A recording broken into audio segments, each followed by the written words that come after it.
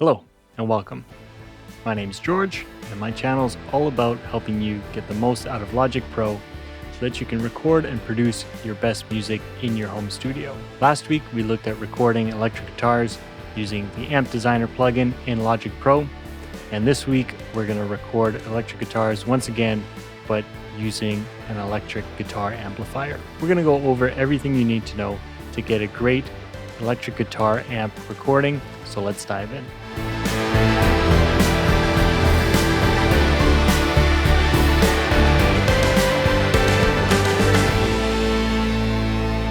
Let's start off by talking about the microphone we're going to use and our microphone placement. Today I'm going to be using the Shure SM57. This is a very common microphone in recording studios, both home and commercial, and it's very often used on guitar amps as well. It's a relatively cheap microphone at around $100, and it's very versatile as well. So it's a good mic to have on hand in your home studio. Now, the first thing you want to do when recording an electric guitar amp is actually find the middle of the speaker. The middle of the speaker, funnily enough, isn't always at the center of the amp itself. It's a lot of times offset a little bit, and a lot of amps will have more than one speaker as well. So one of the easiest ways to quickly tell where the speaker is on the amp is just to take a look at the back of the amp, and you'll be able to see roughly where the speaker is placed to see if it's directly in the middle or if it's off-centered a little bit. From there, you can move to the front, and with the help of a flashlight or maybe a light from your phone, you can point that at the grill, and you'll usually be able to see where the speaker cone is on the amplifier. So now that we've found the center of the speaker, it's time to place our microphone. One of the easiest ways to get started is to just place your microphone about 1 inch from the grill in the center of the speaker cone. This is going to be a good starting place to record electric guitars. The center of the cone is actually going to be the brightest part of the speaker. So if we find it's too bright, then we'll be able to adjust later and move our microphone to the side a little bit. Moving the mic off to the side is going to cut down on the highs a little bit and give us a little bit more of the mid and low end from the speaker. So we'll have a listen to those different mic placements a little bit later. So right behind me, you'll see that I have my SM57 at the center of the cone at the moment, about 1 inch away from the grill. Now that we have our mic all set up, let's jump into Logic and get ourselves all set up to start recording. So the first thing we're going to need is an audio track. So I'm going to make sure that I have audio track selected here. And we want to make sure that we select our right input. So currently my microphone is plugged into input 2 on my audio interface. So I want to make sure that that's what I have selected. Since we're only recording using one microphone, we want to make sure that it's a mono track, which is only one input. So we don't want something down here like input 1 and 2, which would be a stereo track. And in that case, input 1 would just be blank. So we want to make sure that we just have the single input. So in my case, input 2. If you plug yours into input 1 on your interface, then you're going to go with input 1. My audio output, I'm going to leave at output 1 plus 2, which is generally going to be how you're going to hear back the audio. Now you want to make sure you have the correct audio device set up as well. So this will be your audio interface. So in my case, the Profire 2626, which is correct. If you don't see your audio interface here at the moment, then you can click on this little arrow here. That'll open up our audio preferences. And here you can change your input device to be your audio interface. Your output device would generally be set to your audio interface as well. So it'd usually be the same as your input device. Now, one of the other settings we want to look at when we're recording is this I/O buffer size. So generally when we're recording, we want a smaller buffer size, which is going to give us less latency when we record. So latency is the little bit of delay that you hear from the time you play your guitar to the time you hear that in your headphones. And if you look here, you'll see latency is currently 10.2 milliseconds. And if I increase this buffer size, that number is going to increase.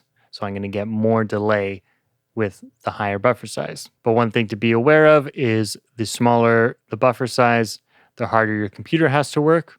So if you start getting some digital clicks and pops and things like that in your recording, then that means you need to increase your buffer size. But a good starting point for most computers is going to be 128 or 256. Now that we have that all set up, I'll just close this and I'll go ahead and create my audio track.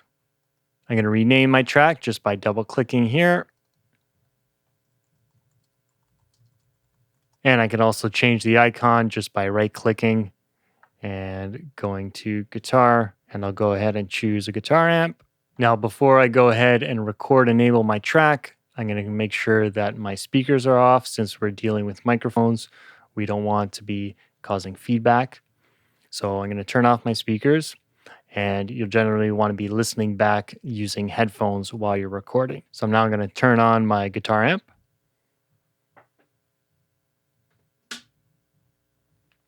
I'm going to record enable my track.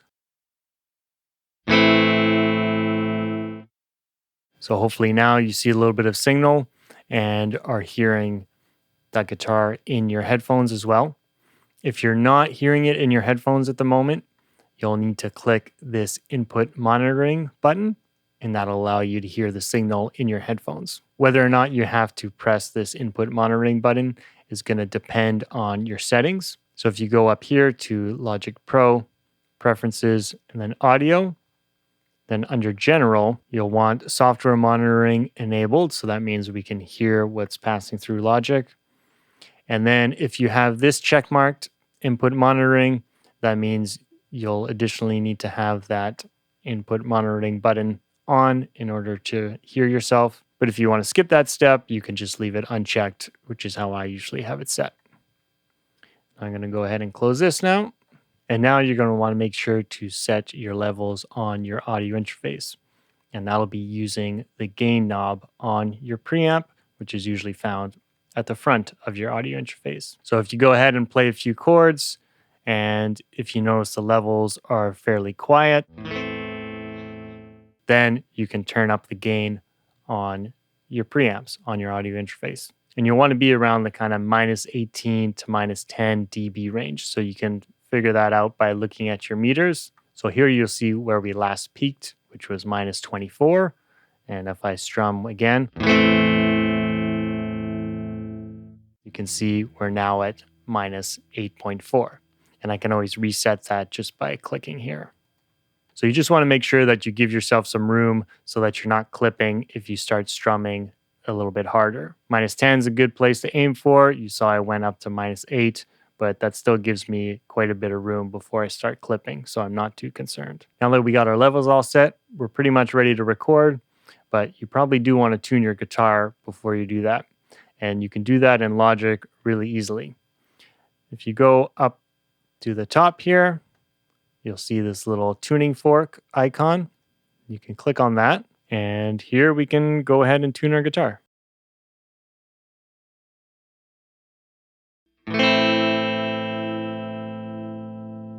Okay, so now that we're all tuned up, I'll go ahead and close that once again. Now, usually when I record, I like to set my cycle region. So we go up here and click in here and drag. This will set our cycle region, and I can turn that on and off either by the icon up here or the letter C on my keyboard.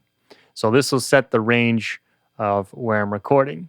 So if I want to just punch in on a certain part of a song, I can set this and then it will start recording at bar 5. Now, one thing you might want to adjust as well before you start recording is your count in value.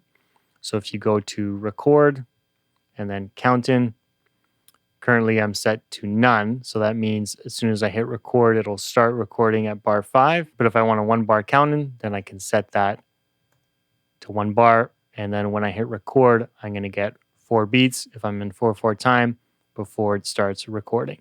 So it'll start at bar 4 and then come in at bar 5.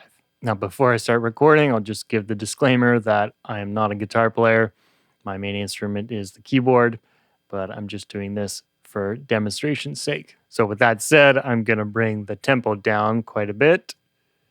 Let's try 90. And since I'm not wearing headphones just for the video, I'm going to actually mute the guitar, just so that that doesn't get picked up in the recording as well. One thing I want to mention as well is it's a good idea to spend some time dialing in your tone on your guitar amp. Obviously, everything you record, it's going to be really tough to change the tone of the guitar after the fact, unlike when you're recording direct in using the Amp Designer plugin. So it's a good idea to take the time and get happy with how your amp is sounding before you start recording. With that said, I'm just going to go ahead and hit the letter R on my keyboard, and that's going to start recording for me.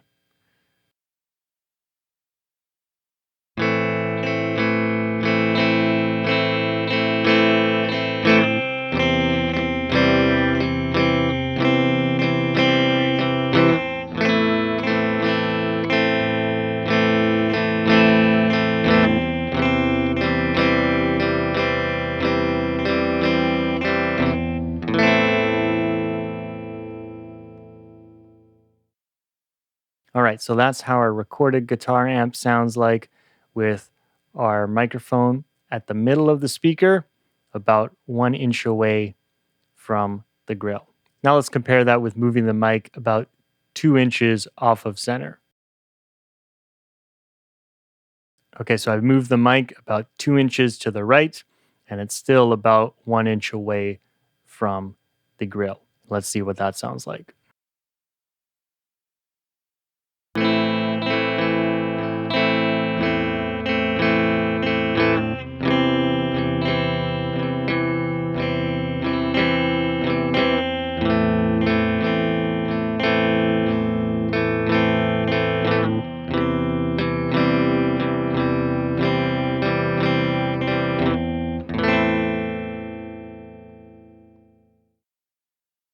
Now you'll notice here I recorded right over top of my first guitar track. And what that did was created a comp track. So now I've actually got my 2 takes in a comp track. And at the moment, my take 2 is selected. So you'll see that take 2 is blue, take 1 is grayed out. And at the top here, this just mirrors whichever one is selected. So you can see it says take 2. If I wanted to select take 1, I can simply click on take 1 here. And then now you'll notice take 2 is grayed out and it says take 1 up here. So that's an easy and quick way to choose which tone you prefer if you're experimenting with different mic positions. So if we want to compare the tone of the 2 takes, I could actually create a comp and select a bar of each take. And to do that, I can just click and drag here, and I'll select 1 bar of take 1 there, another bar here, and so on and so on. And then you'll see here, so it'll alternate between take 2 and take 1. So again, take 2 being off center from the speaker and take 1 being right in the middle. And so this is how they each sound.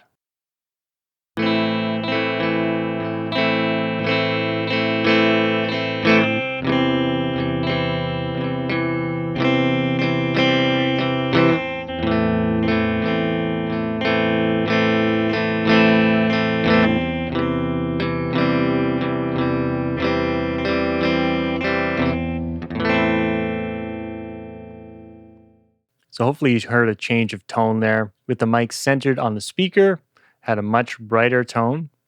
And then with it slightly off center, you get a little bit more mid-range and bass and a little bit less of that high end and bite that we did before. So those are 2 mic positions you can experiment with. Another placement you can try is to place the mic off axis.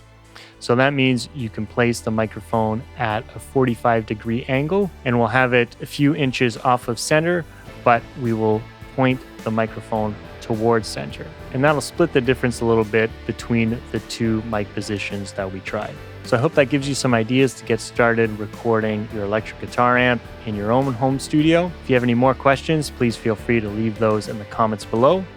And if you want to speed up your workflow in Logic Pro, make sure to download my free Logic Pro hotkey cheat sheet by following the link in the description below. I hope you enjoyed the video, and we'll see you in the next one.